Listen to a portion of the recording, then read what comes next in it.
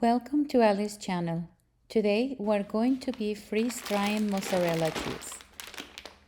I have one bag of 5 pounds plus another bag that is half full with a total of about 8 pounds that I'm going to be dividing between the 4 trays of my medium freeze dryer.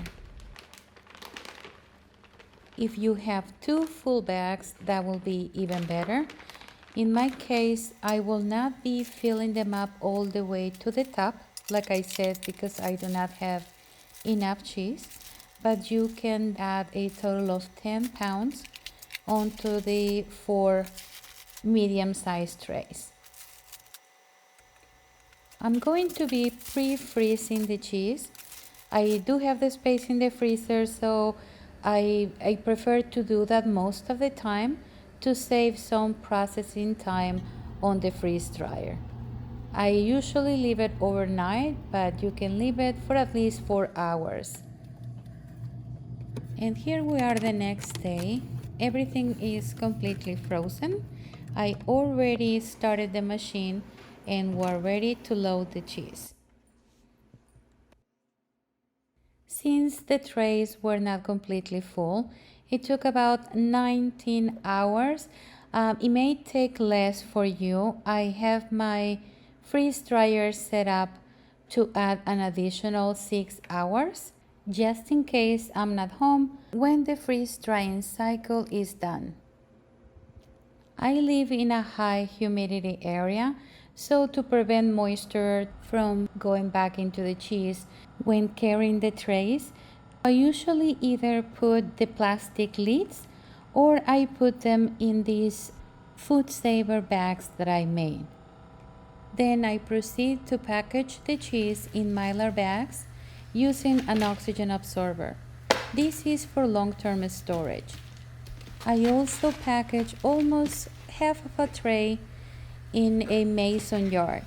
I use also an oxygen absorber and I keep this in my pantry, so if I run out of cheese, I have this available. And now we're going to start the rehydration process.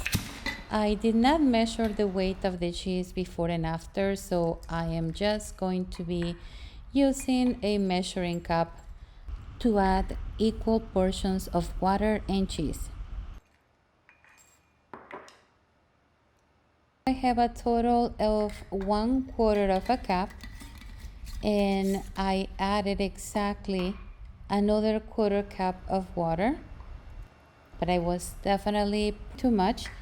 You can test and maybe start with 1 tablespoon and continue to add more as needed, because as you can see right now, I had a lot of leftover water.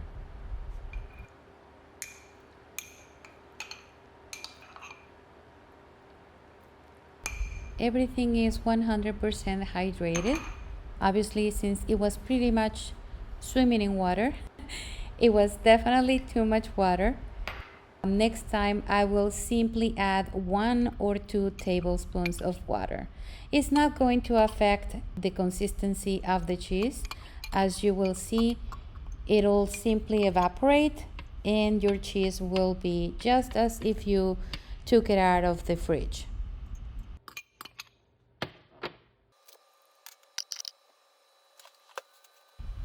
And we're going to be making a quesadilla.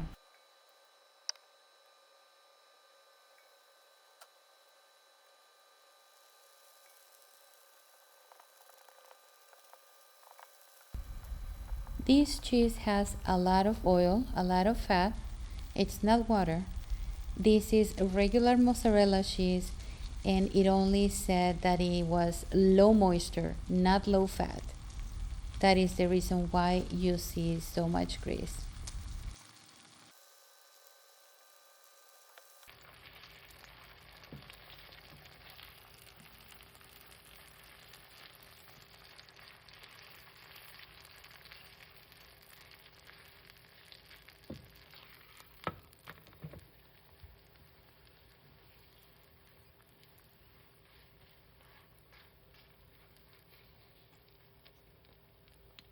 And I'm gonna leave it there until it gets all nice and crispy.